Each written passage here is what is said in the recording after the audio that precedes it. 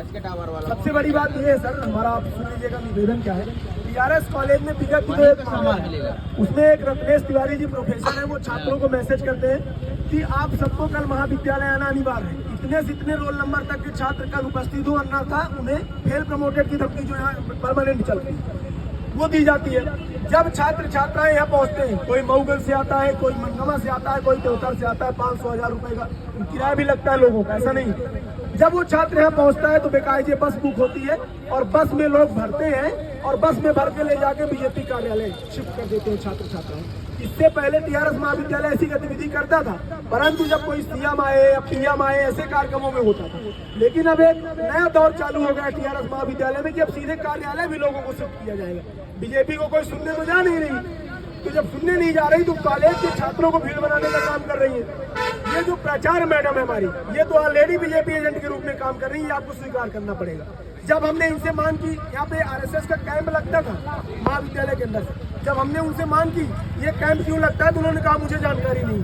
BJP का अनुवांशिक संगठन एबीवीपी है, इन्होंने होली मनाने को जश्न मनाने के लिए इन्होंने दिया।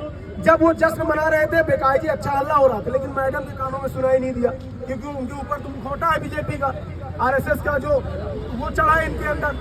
तो ये जो कुर्सी के नाम पे प्रचार सरकारी कुर्सी है, उस पर ये जो बैठी हुई है, ये बीजेपी के रूप में ना काम करके अगर सरकारी शिक्षा के रूप में काम करती है तो हमें अच्छा।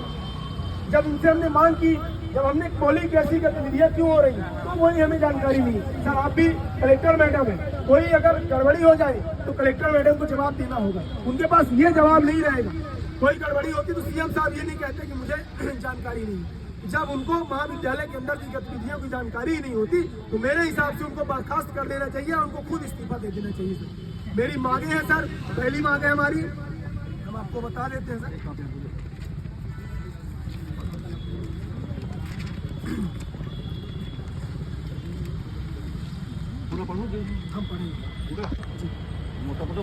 हम बता दे रहे हैं। पहला मुद्दा ये है सर कि जो राजनीति शिक्षा के मंदिर को राजनीति का अड्डा बनाया जा रहा है, पहली बात तो ये बंद कर दिया जाए, मेरा निवेदन है। ये आज तो हम अभी ज्ञापन दे रहे हैं, 24 घंटे रात दिन बराबर ये धरना प्रदर्शन चला है सर। सुबह से 11 बजे से हम लोग कल बैठे हैं, आज 2 बज रहे हैं, ये पूरा प्रदर्शन चला है, लेकिन टीआरएस महाविद्यालय में क्यों नहीं रहेगी। दूसरा सर, शिक्षा के मंदिर को शिक्षा का मंदिर रहने दिया जाए, राजनीति का अखाड़ा न बनाया जाए, ये हमारी मांग है।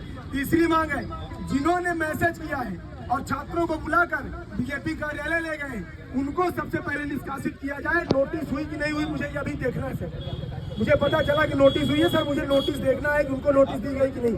ये धरना प्रदर्शन सर आप डिसाइड करेंगे कि बंद होगा कि चलेगी।